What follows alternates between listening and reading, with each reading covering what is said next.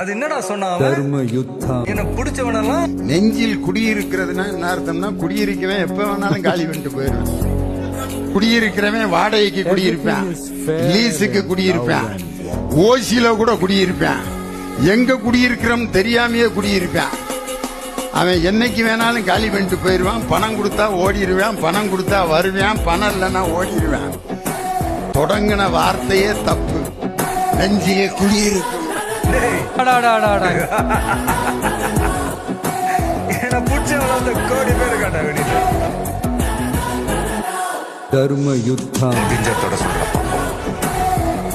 என் தலைவர் தான் என் உயிரினும் மேலான அன்பு உடன்பிறப்புகளே.